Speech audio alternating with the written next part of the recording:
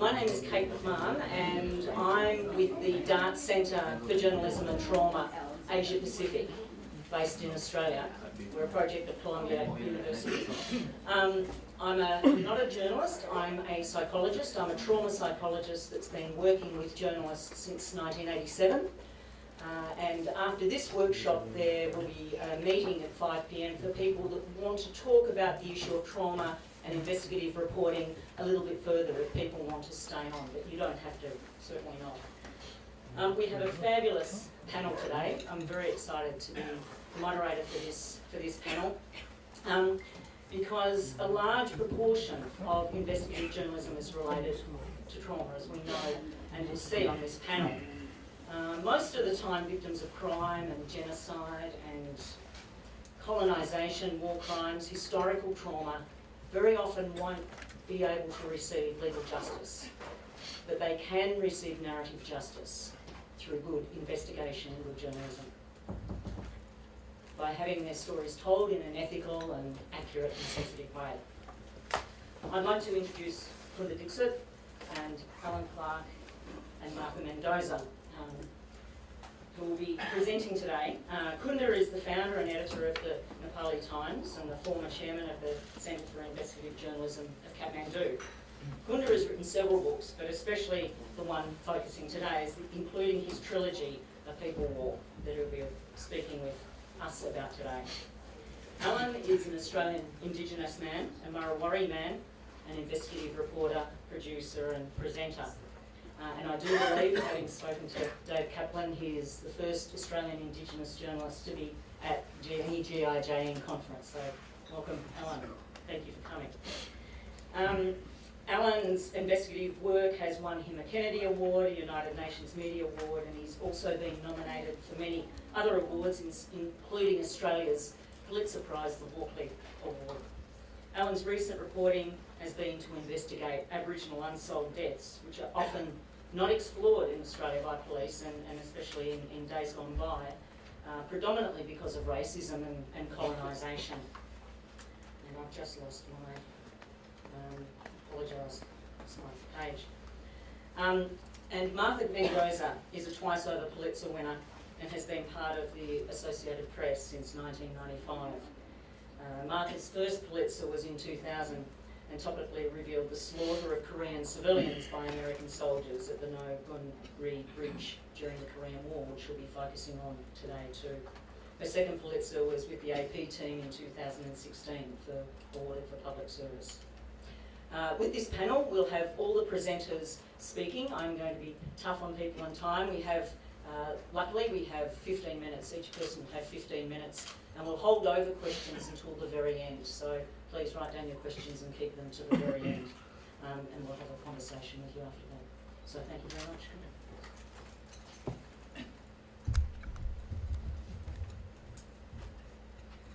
Thank you, Cait. Good to be here. I'm a journalist from Nepal. I edit a newspaper. I also teach journalism. But one of the most fulfilling things that I've done in my journalism career has been this project, which concerned the war in Nepal between 1996 and 2006. I've been a foreign correspondent in the Asia Pacific region for about 10 years, covering everything from Sri Lanka to the Philippines to the aftermath of the Cambodian genocide. And I got sick of covering other people's wars and went back to Nepal to find out that conflict had started in my own country.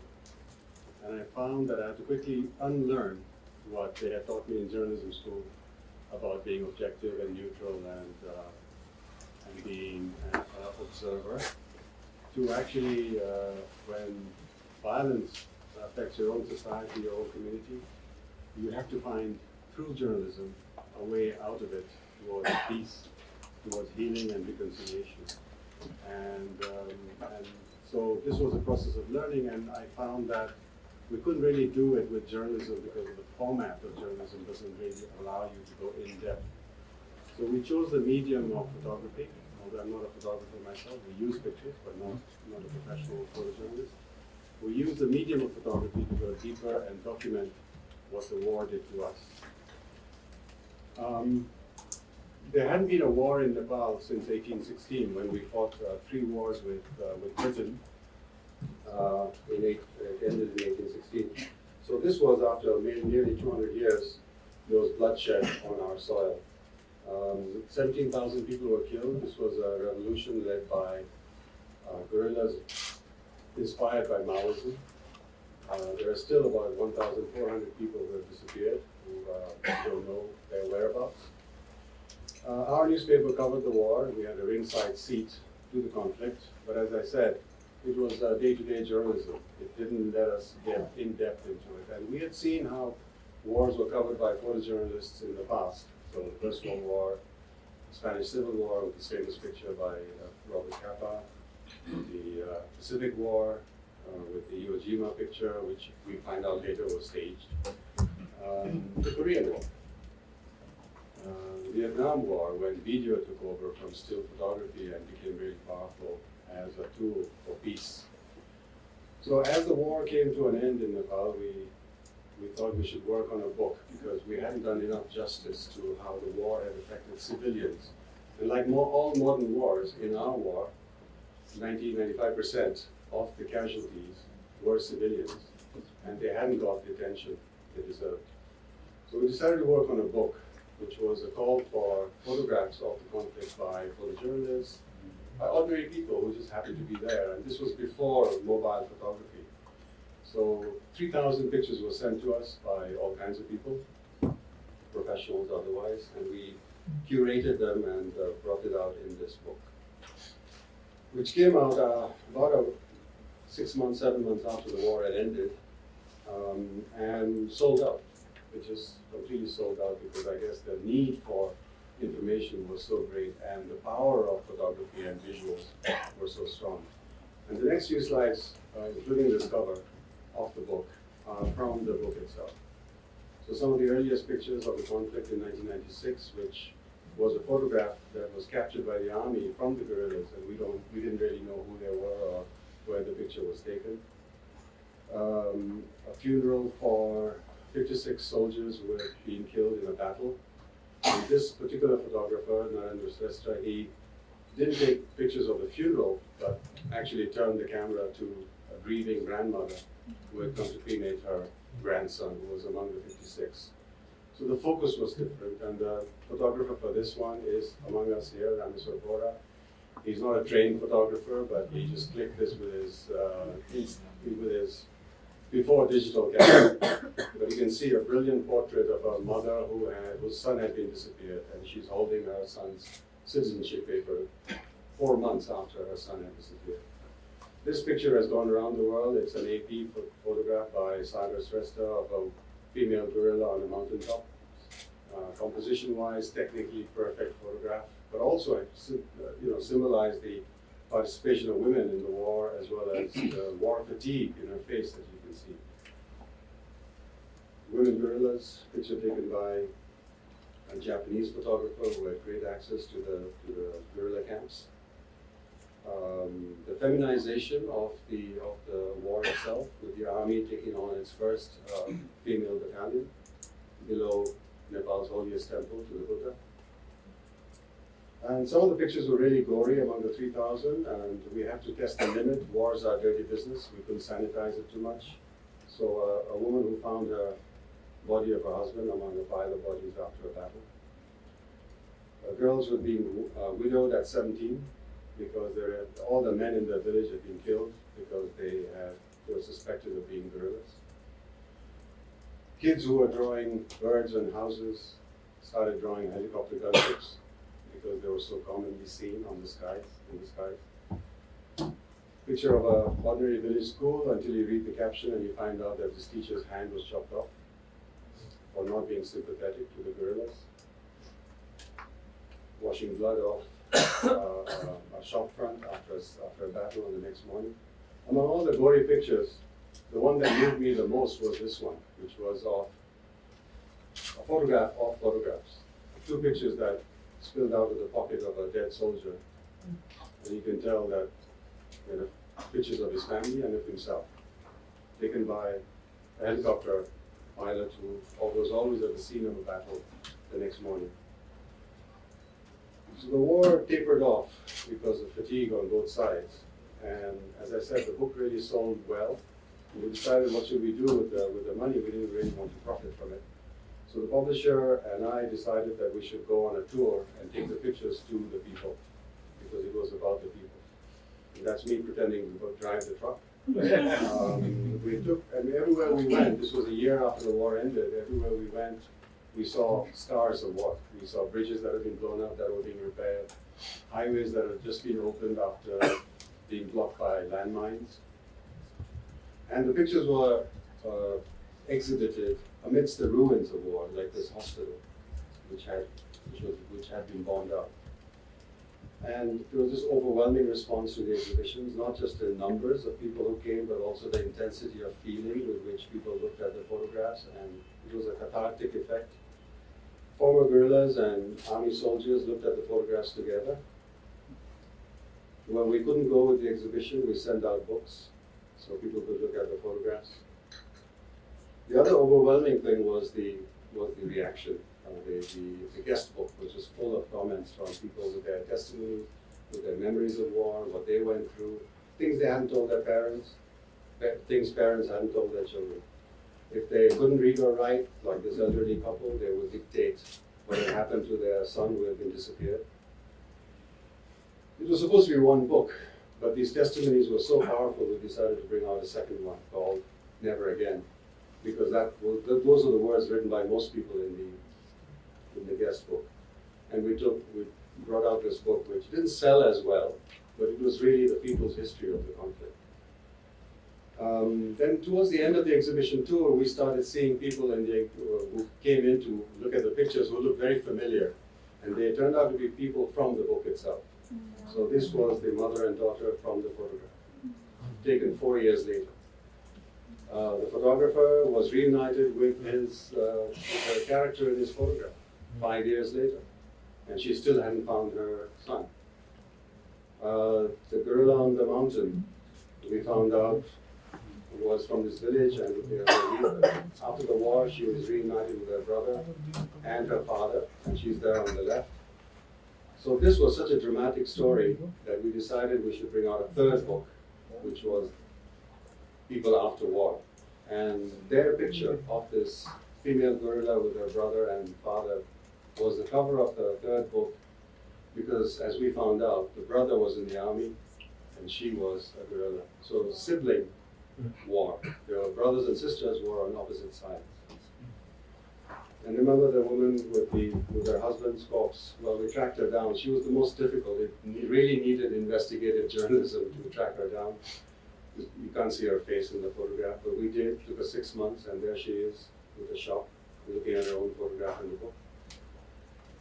So the female guerrilla who was holding a rifle is now cradling a baby. Another thing that came out of the book, which wasn't originally planned, was a documentary film based on the exhibition tour, as well as some of the people who we met along the way. There were interactions held with local people, human rights activists, and local journalists. And we kept following up on them. So that's the photographer on the left, that's his photograph that became famous, and that's her. The guerrilla who later joined the army, and one of the things about our peace process was the former guerrilla joined the National Army after the war ended. And there she is on the upper right, graduating from Nepal's military academy. So brother and sister are now in the same army. Every International Day of the Disappeared, we carry names of the 1,334 people who are still listed as missing. Remember the teacher? Well, 20 years later, he's still in the same classroom. The classroom looks a bit upgraded, but he's still where he was 20 years ago.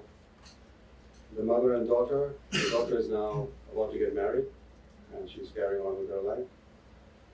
The boy in the cover picture, you can see he's wearing a teddy bear t-shirt.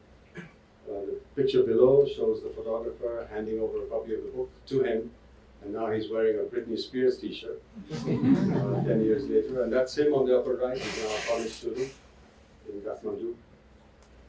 The mother, well, she's now given up hope that her son is alive.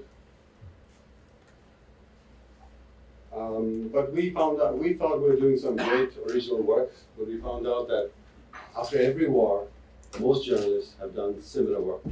After the American Civil War, this is the work of a British photographer who went to the scenes of the original photograph and did a before and after. This is the famous Buena Memoria project in Argentina with Marcello Brodsky, who has an exhibition in the former torture chambers that used to be schools, where, and that's his brother on the upper left, second from left, who was among those killed by the junta.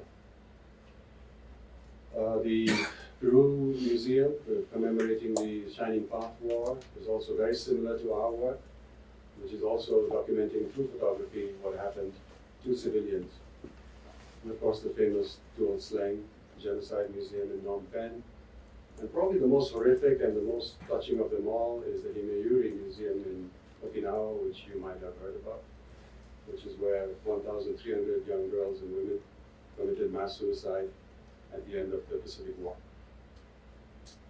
The Kigali Museum, all using photography and photo documentation to do investigative work after a war is over to help with the healing process and the reconciliation process. Because like most wars, the Nepal war as well, the former protagonists, the former enemies are now the state. And it's really, they have unspoken agreement to actually brush everything under the carpet, all the dirt, all the war crimes. So it's up to us journalists to help the human rights activists and others to try to document them as much as possible. And the latest work is this by Paula Allen of the victims of the Chilean post-Allende crackdowns, where many people were buried in the Altiplano and their bodies were exhumed and reunited with their families. So although we in Nepal thought we were doing something really original, it turns out we were not. And lots of wars have been followed by works like these. It's trying to keep the memories alive and also forcing the public and the government to remember, not to forget. Thank you very much. I'm an Aboriginal man from far western New South Wales. So if you're thinking Australia, think the outback, red dirt, that kind of thing. It's a very small village, and I grew up with a very large Aboriginal family and community, and we're lucky enough to have a deep connection with my cultural roots. And so, just before I get into, I guess, some of the stuff I'm reporting on and what interests me, I think it's important to understand where I come from, and that is as an Aboriginal boy growing up in remote Australia, dealing with a lot of issues around racism, tension between the police and the Aboriginal community, general poverty, all of those issues. I was raised within that environment. So as I got older and wanted to go into media, I realised that the media, there was a dearth of stories around the Aboriginal community that actually truly showed the Aboriginal community as it was.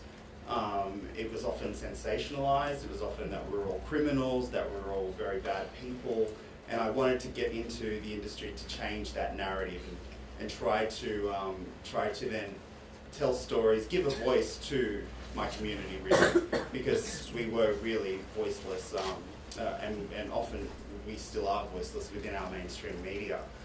So just, this is a very famous photograph. This was taken about around 50 years ago, so not that long ago, and there are many more out there. Aboriginal people were we were colonised in 1788, and for decades we were classified as animals under the government legislation until 1967, when there was a referendum that then made us citizens.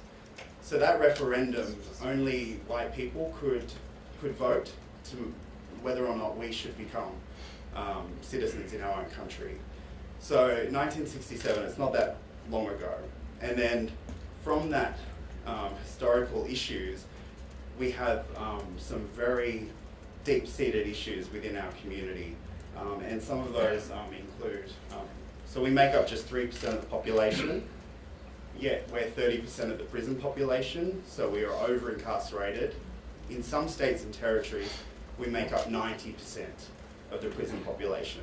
And that's outrageous when you consider how small our actual population is. In the 1980s and 1990s, there were lots of Aboriginal people dying in police custody and prison custody. It got so bad that there had to be a royal commission, so a public inquiry. And that happened in the late 80s, early 90s. That found there was institutionalised racism within our police force. And they also found that within our justice system there was bias towards Aboriginal people. Since 1991 that the report came out and found that, the numbers of Aboriginal and Torres Strait Islander people in custody has continued to rise. So the number of those people who've died in custody keeps continuing to rise. So 407, that's a huge number. There were only 335 recommendations from that report. So there's been more deaths than recommendations since 1991. And our life expectancy is 10 years lower than the rest of the population. So this is just a bit of a background into, I guess, some of the issues that Aboriginal people are facing in Australia. So that all sort of leads to my reporting. When I first got into journalism, I really wanted to tell Aboriginal and Torres Strait Islander stories. So I worked very hard to tell my community stories, the positive and the bad. But I really wanted to affect change. But I kept going back to the justice system. I felt like the justice system really was kind of summed up the relationship Australians have with First Nations people. In that, in the justice system, we are targeted. Police act punitively towards us. We are more likely to get higher jail sentences for smaller crimes. And I felt this kind of is a manifestation of the relationship we've had with the Australian government since colonisation 230 years ago. And so I was travelling the country. I was going to remote communities, Aboriginal communities. I was asking them what their issues were. Can I give them a voice? Can I do a story? Every single community I went to told me they had issues with the police, and they also had issues with their victims of crime not being justly investigated. And so these stories were coming thick and fast all the time. I couldn't cover them all. And so one story really got to me. So about 5 years ago, I was in a place called Tamworth, which is a regional country city. And I met an elder there who said, look, my nephew was found dead in 1988 in suspicious circumstances. And the police didn't investigate it properly. And I feel it's because he was Aboriginal. I feel the police were racist.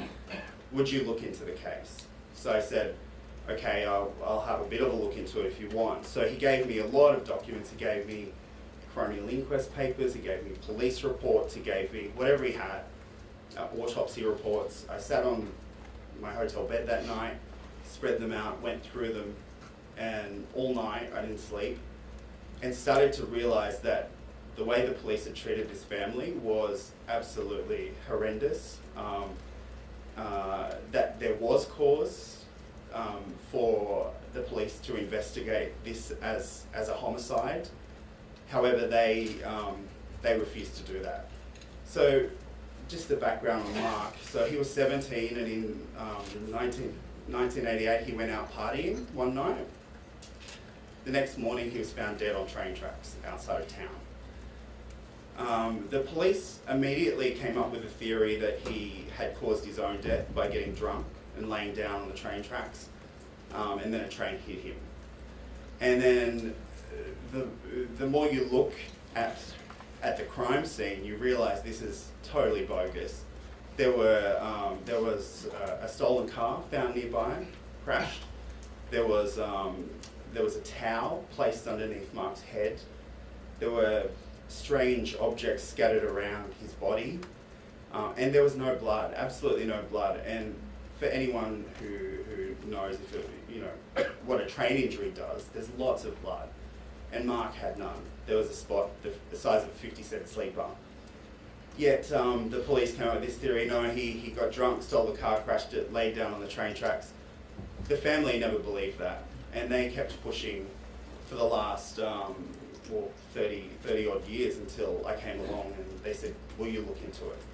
So I've been reporting this for 5 years as a news story, and I think when people ask me about kind of the investigative work I've done on it, it's an incredible luxury to be given time to work on a story, and I didn't have that luxury. So I just had to beg every editor, producer, writer I had, say, can I just do a little news story on this? Can I just keep advancing this?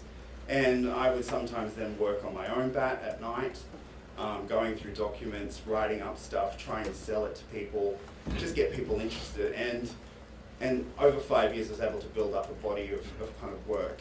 That whole time the police refused to talk to me, they refused to work with me. As far as they were concerned, I was embarrassing them. They were saying we're a new police force, we're not like that. But then I kind of posed the question, well, kind of what value do these lives have? I mean, do we have an appetite to rewrite historical wrongs? So that sort of drove me forward. And then, so based off all those lots of little news stories, I worked at SBS, National Indigenous Television, BuzzFeed for a very long time, and then the ABC. I approached ABC and said, what about a podcast into this? I think we could really get somewhere with it. So I just want to show you a little, sort of the trailer.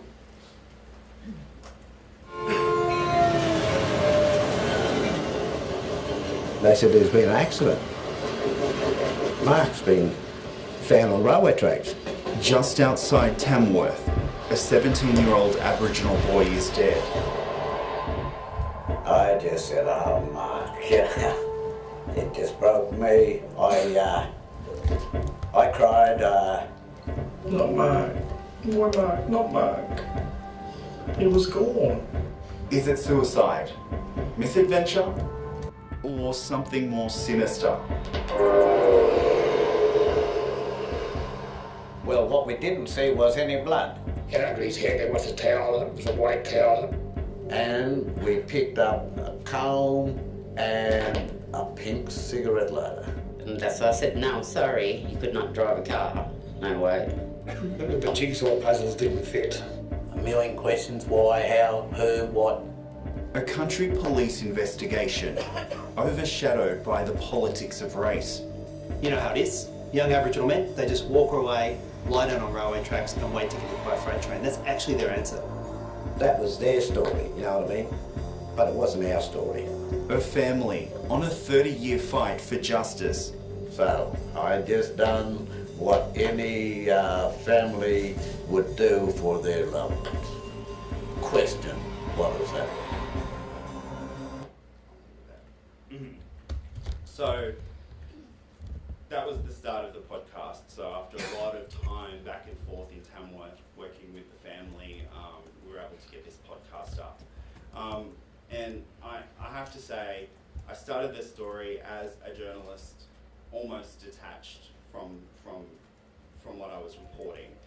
And then at some point along the way, I really crossed the line and said, I'm too close to this, but that's what makes this, that's what's driving me to get this story done. So I had lots of white editors, producers tell me, oh, you're too close, you can't report this objectively anymore, you kind of part of the family. And I said, no, you either want the story or you don't. The fact is I have access, I'm Aboriginal myself, I can see myself in Mark. I could have very easily been him, and that's what I asked myself the question if I was found dead tomorrow, would my family have to go through what Mark's family did? And the answer is probably yes, they would have to, and that's a horrifying thought, and I don't want other families to go through that. So anyway, ABC said yes to the podcast, totally different medium, and maybe I'll talk a little bit about the process of making that, because it's really interesting.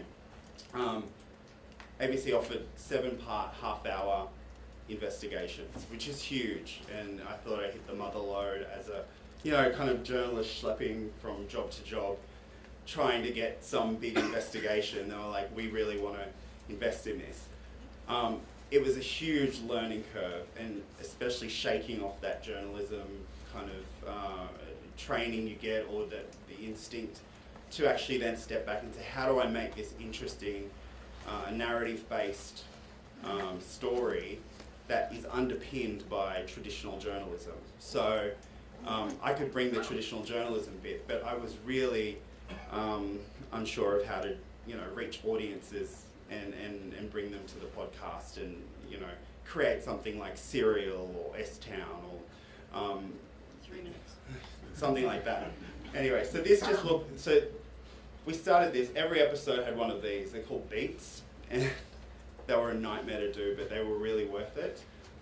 These are all the plot points I wanted to hit in each episode with the characters, and we color-coded them to say if we could get them, if they might not get them, or if they're unlikely. And so that helped us create a narrative arc. Trust, access, and time was incredibly important. I wouldn't have done it if the family didn't want me to do it. I know other journalists have done podcast true crime and they didn't get the family's permission, but they did do it anyway. I could never foresee myself doing that. So the family led everything. Authorities came later. All of the guts of the story was with the family and the community. We set clear milestones and goals. We said, what do we want? We want a reward. We want the case reopened. We want a detective on it. We worked towards that. We got all 3, including a $500,000 reward from the police. We harassed, lobbied, and protested everyone to get involved in this story. Any authority, any expert to put their weight behind it.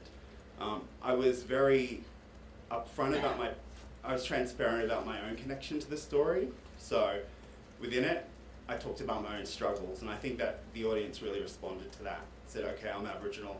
Am I too close to this story? In fact, some talent don't want to talk to me. They think I'm too close to the family. And so the professional and personal journey became key to the story, and in fact, a lot of people have remarked that's what kind of hooked them in. And then we reimagined the genre and storytelling, and I'll wrap it up. But in Australia, Aboriginal and Torres Strait Islander affairs reporting is not something that's seen as sexy.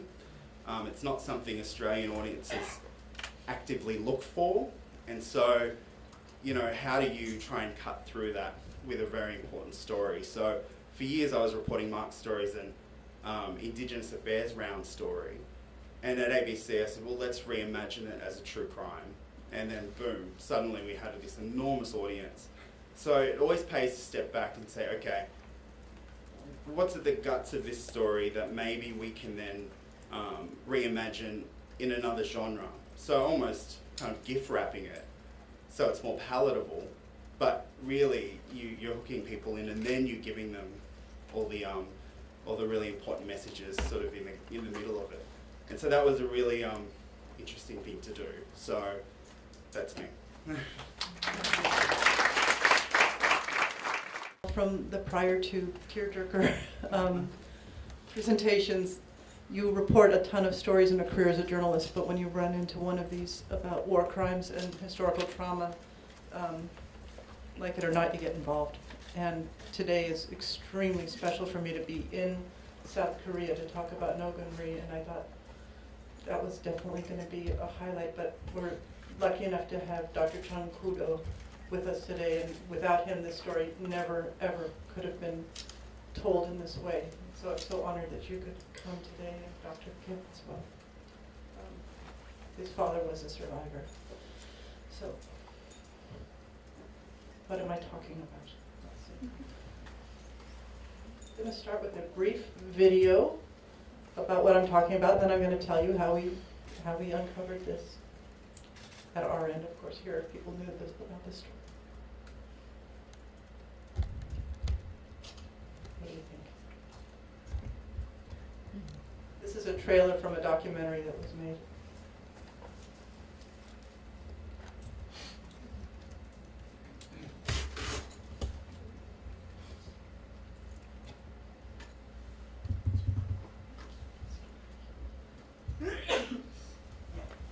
I'm going to skip the documentary trailer, go right to what the story is.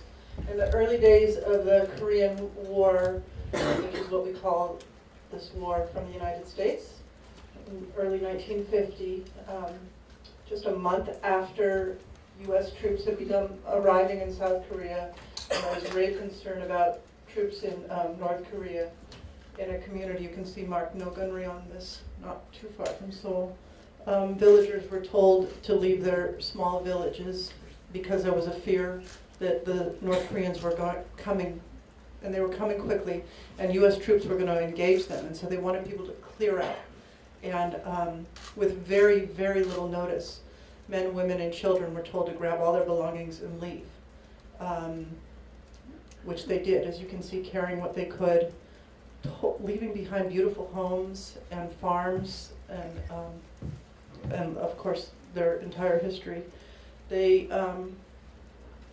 from some of the villages surrounding Nogunri, they were herded by U.S. military onto railroad tracks, and were walking along the railroad tracks when the U.S. Air Force, they said, or U.S.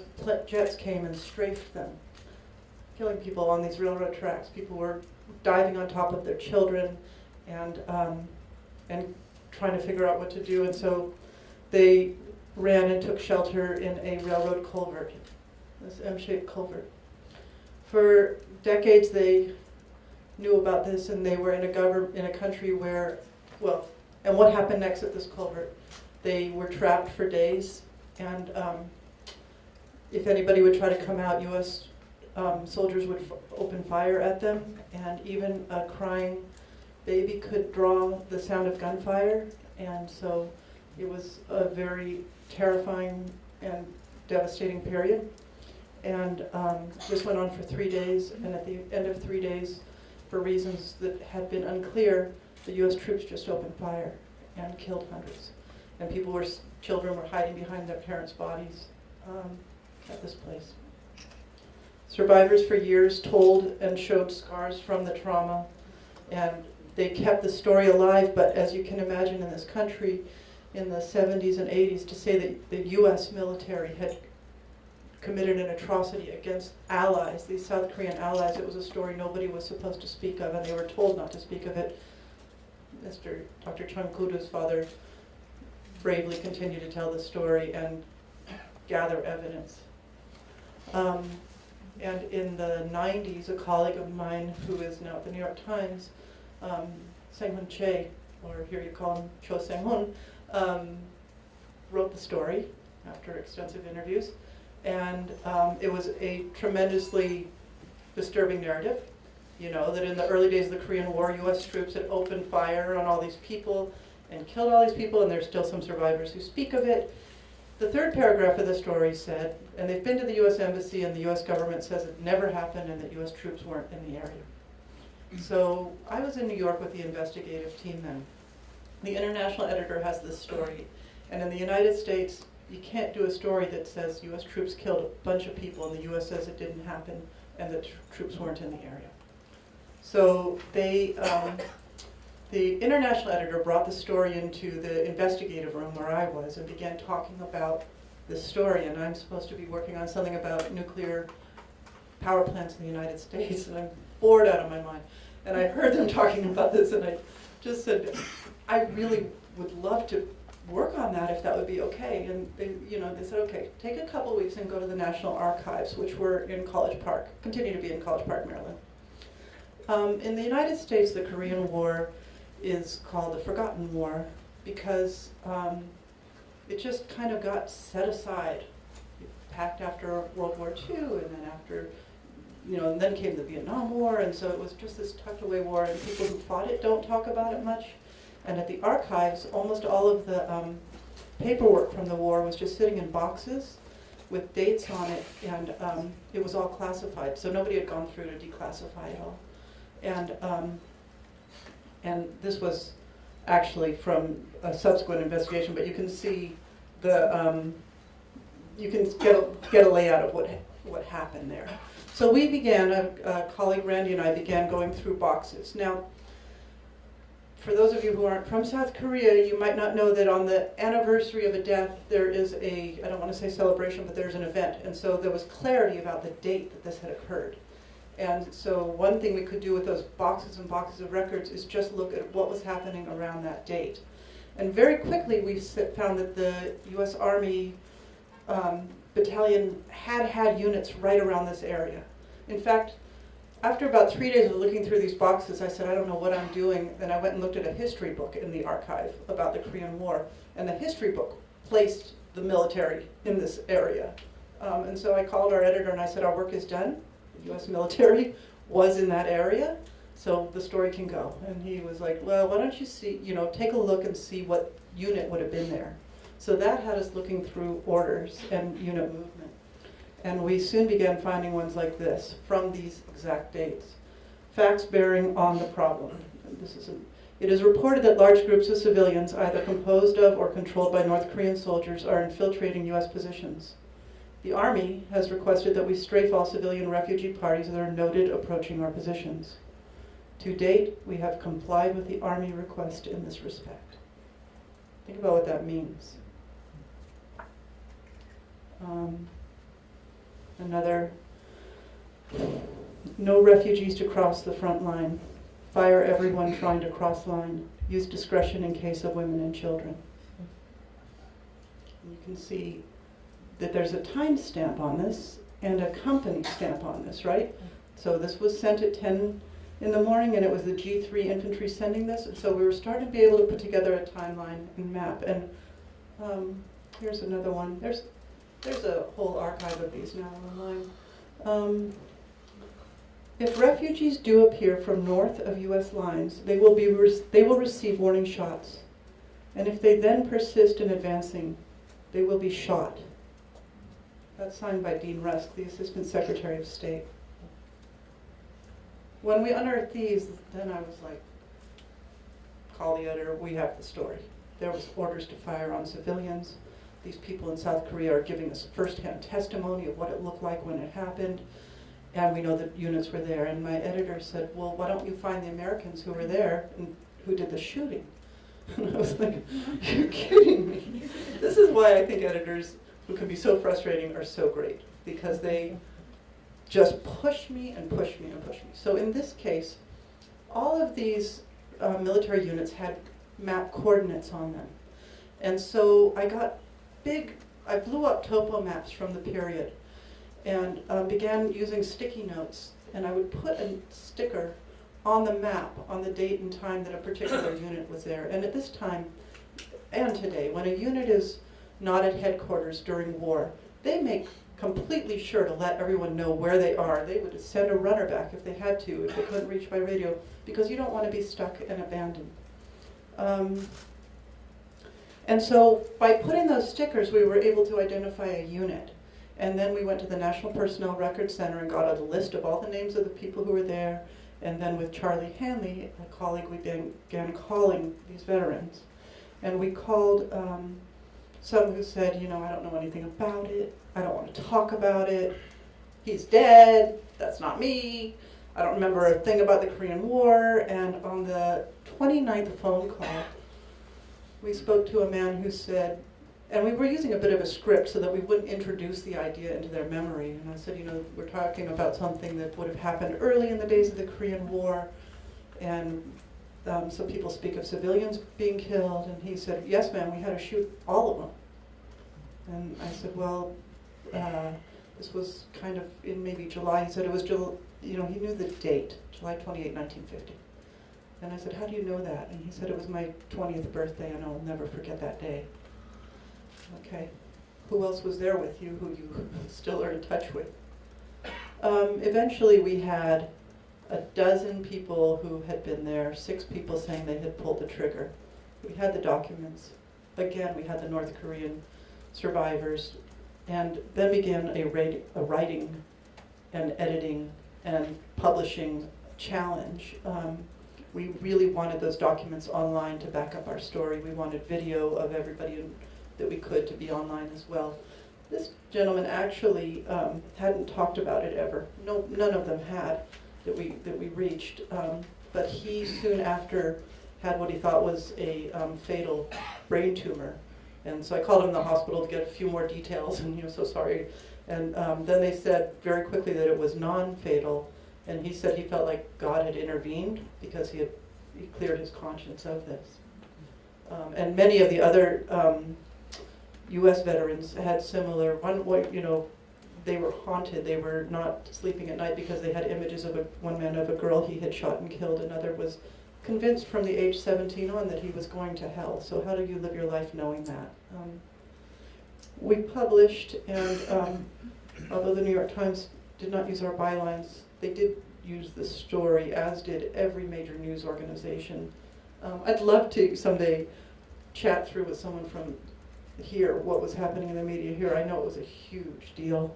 There was protests. The U.S. initially came out and said this didn't happen, AP got it wrong. We gave the Pentagon 30 days to organize themselves for a better response than that, but they didn't. It wasn't until we published, and we published our documents and interviews that they came around and said they'd investigate. There was a joint South Korean and U.S. investigation. They took testimony. Thankfully, many of these men were still alive. There was a U.S. battalion commander in his 90s who had kept diaries. And Charlie Hanley and I would visit him in his house and ask him if we might take a look at his diaries, because he was like, I can't remember, I don't know what happened. He would have been in charge of this whole scene. And we'd say, well, why don't I go look for your diaries in your basement? And we never did see his diaries, but he did call us after we published, and he said, I'm not saying whether it happened or not, but you guys did one hell of a job. And the investigators went to Nogunri and could find the bullets. I mean, it kind of, there it is. Today, because of Dr. Chung Udu's work, there's now a grand memorial.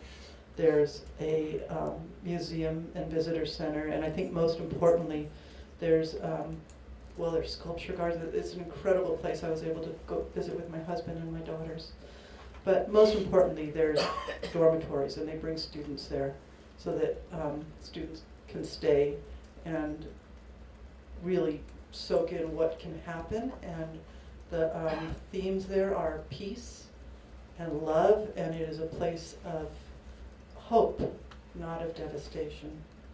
There also have been novels written about this, fictional, non-fictional. There's a graphic novel which is beautiful, and in South Korea there was a acted movie, an acted film, The Little Pond.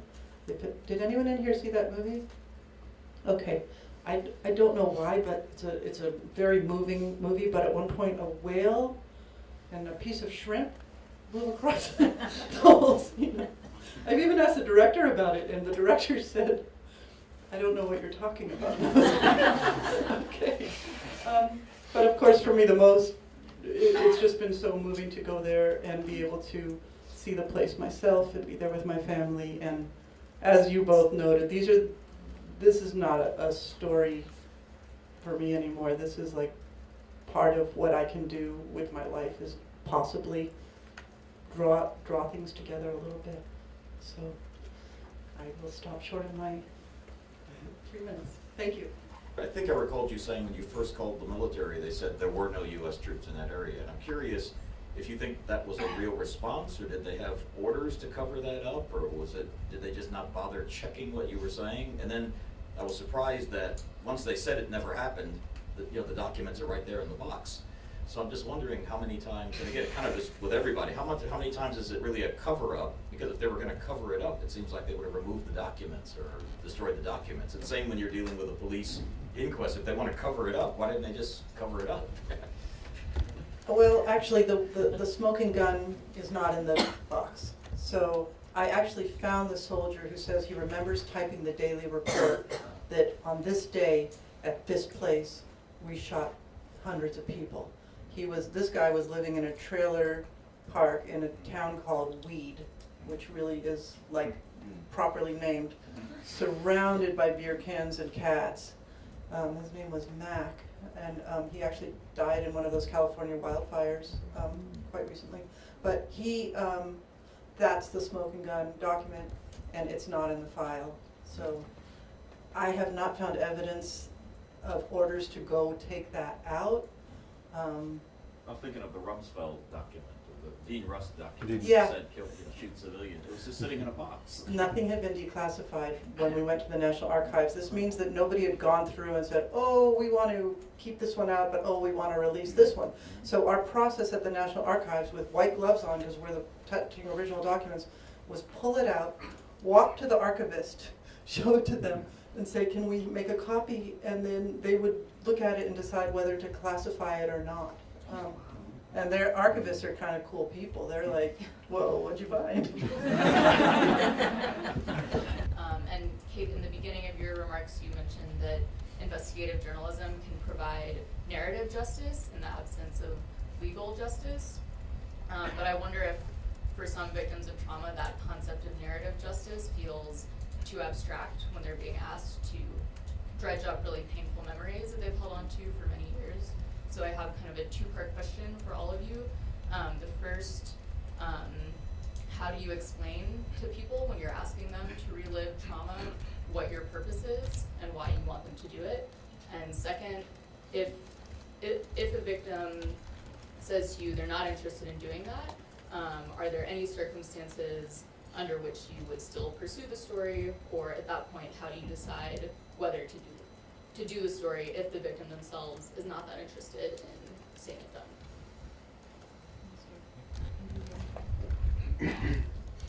I think the second part of the question, I think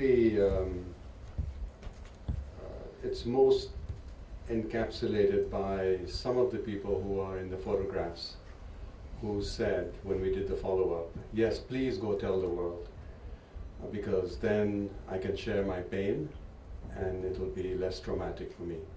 So we think we're trying to respect their privacy when we ask their permission to take pictures and all that, but they are more than willing. In many cases, the survivors are more than willing to share their pain. And this was not just in Nepal. I've seen it in a documentary that you might have seen it about James Natchway, who was Newsweek, then later Time, in Srebrenica, when they were digging up the bodies of the men and boys, where many of the women scream at Natchway and say, take these pictures, go show the world. So they actually want you to publicize it in many cases. Of course, there are other cases where you have to be more careful. So the consent part, which we are taught in journalism school, and we try to follow those rules, somehow don't apply. Yeah, I wouldn't.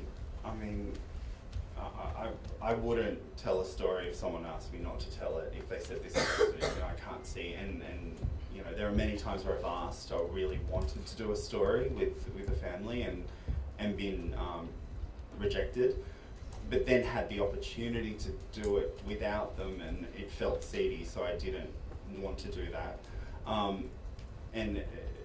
That happened mostly when I was doing daily news reporting, and I just really felt like that it's not, no one really gains from that. So for me, it's nothing without, nothing about them without them. So it's really for them to dictate the terms of my reporting. So what I do is work through a process where I spend time with them, or if I can't travel there, over the phone quite a bit. Say, look, can I just come have a cup of coffee, a cup of tea? And then say, what do you want from this? If you sort of reliving the most horrific time in your life, what would you like from the reporting? And then we work towards steps. So a good example is the Mark Haynes case. I said, what do you want? That's reasonable. I can't promise you that I will put someone behind bars, like that's irresponsible, that will solve the case. All they can do is work towards some goals. So we came up with goals, which was, okay, we want the police to reopen the case, and we want that reward posted. And so we worked solidly for 5 years back and forth to meet that goal, and we did in the end. But that was with the family, so in a way they became a collaborator rather than a reporter and source relationship, and that was key to actually getting traction and impact. I need to say that when victims do come forward in these situations, they are people of great conscience who are willing to take the chance and tell their story and to do it for the greater good. We did have some people in South Korea who didn't want to talk to us about what had happened, and that was okay because other people had so meticulously documented the story here. And so we certainly didn't use people's names who didn't want their names used. It's much harder in some ways to convince somebody who did the shooting or to speak about it. And again, some wanted to and some didn't. My process is similar to yours in terms of what are your concerns. If somebody doesn't want to talk about your concerns, often it's that they're concerned about losing control of the story and that the story will be mistold. And so in that way I can assure them that I'm going to, this is their story, this is not my story, and we're going to be telling it in their words, and give them, and perhaps I'll even be able to run past you before we publish, like, here's the gist of what you're going to be saying, are you comfortable? So, and I want to say, every reporter in this room, either if you're in a country where there was a war, or if you're in a country where there is a marginalized group of people who are not getting justice, which is every single one of us, we all have these stories in our communities that we can tell. Yeah. We have time for one more question. Were you ever worried that you might end up as in custody or for a broken taillight or something? My family's terrified, I can say that. I mean, yeah, the police are absolutely, in the beginning, they really did not want anything to do with me, and I followed process. It was only fair to them as well to put all of the allegations to them.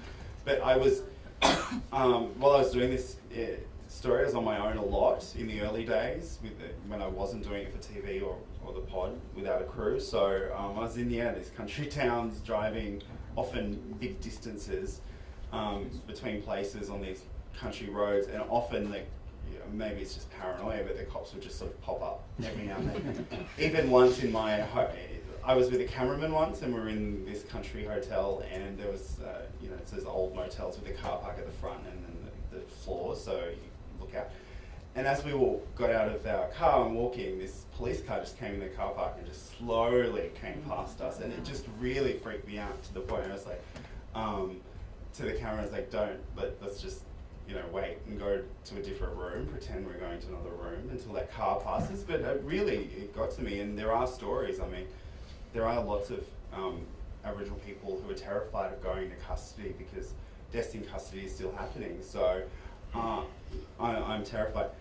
Thankfully, at the end of this, I was able to form a relationship with a detective, a new detective on the case, who genuinely wants to help the family. So that's been sort of the saving grace in all this, that now finally they're listening, and but yeah, I'm not as worried until I do the next story.